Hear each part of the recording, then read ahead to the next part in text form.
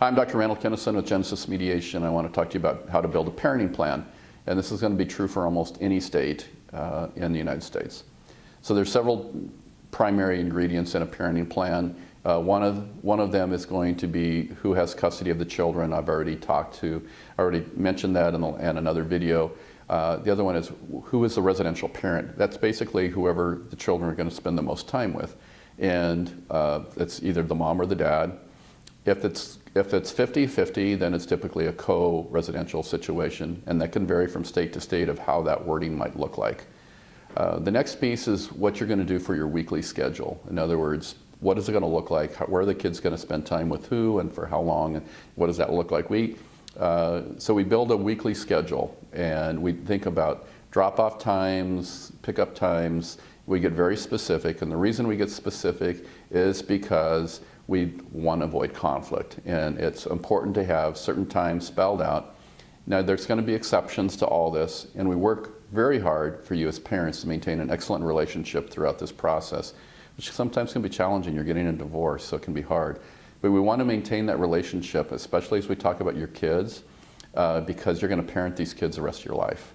So we want to optimize that relationship as best as we can and keep it true, so that you can parent these kids and keep your focus on the kids and not conflict. So it's going to be pretty specific about what drop-off times are, what pickup times are, trying to look at what are the kids used to. So even though maybe the child's going to spend the night with mom, maybe dad takes them to soccer practice. And that's extra time for dad, and that's what dad's normally been doing.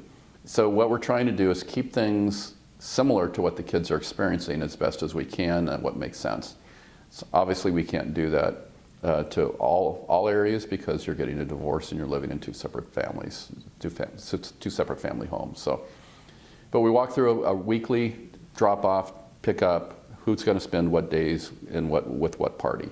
And so there's all kinds of different things around what that can look like. In mediation, we can be very creative. We always think about what's in the best interest of your children, what does that look like, and what does it look like for you as parents to work around that. Sometimes parent schedules are pretty crazy, so we have to be pretty creative in how we go about this.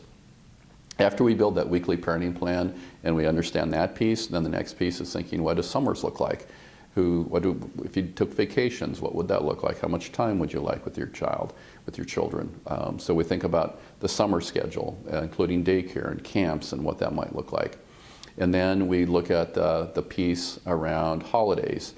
How will Christmas look? How will Thanksgiving look? You know, who's going to have them on certain times? Are you going to rotate? Or sometimes moms like Labor Day. They take Labor Day, and the dad takes Memorial Day weekend. They alternate. All kinds of different variations, whatever's going to work best for your kids and your family.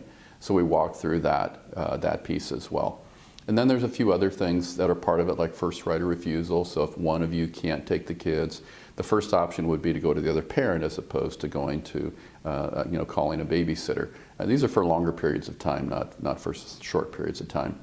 There's a clause called introduction of significant others around how are we going to deal with dating and longer-term relationships, and how do we introduce those people to our kids. And so there's all kinds of those pieces as part of a parenting plan that we want to help you walk through and make sure that you both feel comfortable with this plan. Because once this plan is in place, then if you don't follow the plan, if you don't agree to it. In other words, if somebody does something really silly, like I'm going to withhold these kids from my partner because I don't like what they're doing right now, that's called contempt of court. It's a criminal offense. You're going to be put in jail for it. So it's a very serious offense. So let's make sure we know what we're doing, build a plan that reflects it. If you both agree, you can change it anytime you want to, any way you want to, as long as you both agree.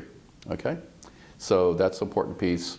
We help you work through all those different elements of the parenting plan and help you build one that makes sense for you guys, knowing that if you have small children, that one plan is probably not going to make sense when they're in high school. So there's going to be probably some modifications along the way, but we will do our best to make sure along the way that we can be of help to you and make sure you keeping your focus on the kids.